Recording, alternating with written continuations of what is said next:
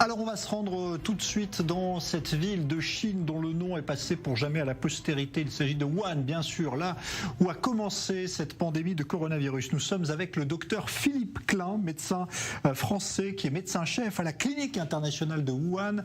Bonsoir à vous, merci d'être là, même s'il est un peu tard évidemment chez vous en Chine. D'abord, comment est la situation là ce soir à Wuhan, si on parle de cette pandémie de coronavirus? Est-ce que on est revenu à la normale chez vous ou pas? Eh bien, je suis de plus en plus surpris par les questionnements des journalistes à ce propos, puisque, en fait, le déconfinement de Wuhan s'est fait le 8 avril. C'était donc il y a 7 mois maintenant. Et au prix d'efforts et d'un sacrifice incroyable, les Chinois sont passés en dessous du seuil épidémique à ce moment-là, à cette date-là. Donc, Wuhan est déconfiné le 8 avril et l'épidémie est sous contrôle à partir de là. Alors, bien sûr, la population n'a pas crié victoire tout de suite le 9 avril. Il y a eu une énorme peur parmi les Chinois, les Wuhanais. Imaginez bloquer 60 millions de personnes. C'était une mesure unique dans l'histoire de l'humanité. Et c'était un signal d'alarme pour la population chinoise, mais aussi pour le reste du monde, que l'on était face à une situation extrêmement, extrêmement sérieuse et qu'il fallait la prendre au sérieux. Les Chinois ont eu peur et ils ont adhéré aux mesures que leur ont demandées les autorités pour arriver aujourd'hui au fait que l'on est dans une bulle, véritablement une bulle sanitaire. Il n'y a plus de coronavirus en Chine. Tous les nouveaux cas sont des cas qui sont arrêtés à la frontière et qui sont importés depuis l'étranger, puisqu'il y a des mesures extrêmement strictes à la frontière pour identifier les personnes porteuses du virus et subir une quatorzaine avant de rentrer sur le territoire national chinois. Donc ça veut dire qu'aujourd'hui, parce que bon, évidemment, la vie n'a pas repris le cours qu'elle avait avant cette pandémie. On porte le masque à Wuhan, on a ce système de quatorzaine, on peut rentrer et sortir librement ? Oui, la vie a repris comme en décembre à Wuhan. Simplement, il faut imaginer qu'à Wuhan, les Chinois ne portaient pas le masque avant cette crise sanitaire. Il y avait des pics de pollution à Wuhan. C'est une ville immense, en pleine croissance, une mégapole chinoise pleine de vie. On avait des pics de pollution. Les Chinois ne portaient pas de masque à ce moment-là. Aujourd'hui, les Chinois de Wuhan, alors que c'est plus obligatoire de porter le masque dans les lieux ouverts, à l'extérieur, les Chinois continuent à porter le masque. Pourquoi ? Parce qu'il y a quand même une Chine qui est mobilisée, une Chine qui a eu peur et qui ne veut pas avoir une résurgence de l'épidémie. Alors, comment vous interprétez le fait aujourd'hui, docteur Philippe Klein, que des pays d'Europe, Israël aussi, connaissent ces fameuses deuxièmes vagues extrêmement violentes de pandémie? C'est parce qu'ils n'ont pas eu la même discipline que les Chinois ? Non, parce qu'il n'y a pas eu de conscience dans la population de la gravité de la situation. Ceci est la responsabilité, bien sûr, de nos scientifiques. On connaît les polémiques qu'il y a eu entre les scientifiques et aussi de nos politiques. Il fallait mettre nos populations devant la gravité de la situation pour qu'elles comprennent et qu'elles adhèrent. Nos gens, nos populations ne sont pas tous des scientifiques, des personnes érudies en la science. Il fallait donc leur expliquer simplement ce à quoi on était confrontés, ce qu'il allait falloir faire, les sacrifices qu'il allait falloir faire pour que ça s'arrête le plus vite possible. Non pas freiner l'événement, mais le maîtriser de façon à ne pas le subir. Aujourd'hui, en Occident, on subit. Et il n'y a rien de pire pour l'économie et pour le moral des populations que de subir un fléau comme celui-là. Je crois que vous avez été consulté par les autorités françaises, au plus haut sommet de l'État, pour savoir un petit peu quelle conduite à tenir. Qu'est-ce que vous diriez aujourd'hui aux Français qui sont confrontés à un deuxième confinement, mais qui n'ont pas l'air, justement, de bien l'accepter, de bien le vivre et surtout de bien l'appliquer ? Eh bien, à la fin du mois de mars, j'ai lancé l'alerte aux Français et à l'Occident afin de leur faire comprendre la gravité de la situation et la nécessité de prendre des mesures certainement liberticides, mais sur une courte période pour pouvoir reprendre une vie normale et notamment une vie économique normale le plus rapidement possible. Le déconfinement en Occident a été raté. C'est la raison pour laquelle nous avons aujourd'hui une résurgence. L'épidémie, après le déconfinement en Occident, le virus était toujours présent. le virus est reparti de façon exponentielle, et notamment à l'occasion de la baisse des températures. Aujourd'hui, on est quasiment dans une situation où il faudrait tout reprendre à zéro. Et lorsque l'on confine, le confinement, c'est un sacrifice énorme. Mais en théorie, c'est quelque chose de simple. On arrête tout, on fige la population pour arrêter donc l'échange viral.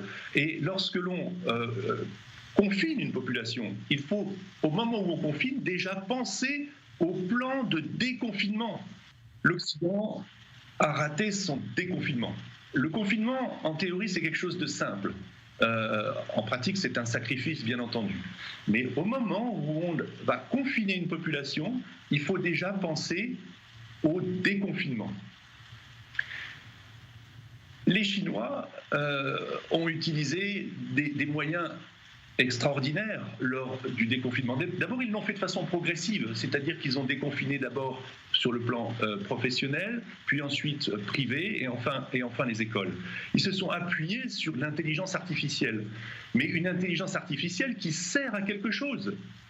Vous pouvez inventer un outil, mais si personne ne s'en sert, alors vous ne maîtrisez pas la situation avec l'intelligence artificielle. Il faut, comme ont fait les Chinois, que pour aller faire ses courses, pour aller chez le restaurateur, vous soyez obligé d'utiliser l'intelligence artificielle. Mais vous êtes obligé de le faire pour vous protéger et pour protéger aussi les personnes avec lesquelles vous allez être en contact et protéger économiquement les commerçants ou les restaurateurs. Et puis, les Chinois, donc, dès le départ, avaient imposé le masque. Donc, pendant le déconfinement, il y avait toujours cette distanciation sociale, le port du masque, le lavage des mains, la prise de la température qui a été très très importante. Et enfin, le testing de masse. Et le testing de masse, les Chinois s'en sont servis surtout pour rassurer leur population. C'est-à-dire que le 8 avril, quand on déconfine Wuhan, le 9 avril, les Chinois de Wuhan ne sont pas dans la rue, ils cachent leurs enfants toujours. Il y a toujours une peur. Il faut qu'à la fin du mois de mai, pendant 2 semaines, on teste 11 millions de personnes à Wuhan pour leur montrer qu'il n'y a plus d'épidémie. Et donc, à ce moment-là, la vie économique reprend, la population reprend confiance. Un mot maintenant sur le traitement. Qu'est-ce qu'on utilise aujourd'hui en Chine comme traitement? Est-ce qu'il y en a un d'ailleurs pour les patients qui sont atteints de coronavirus? La Chine a fait le tour de cette épidémie. Je dirais qu'on sait 95% des choses d'un point de vue statistique, épidémiologique et au niveau des traitements.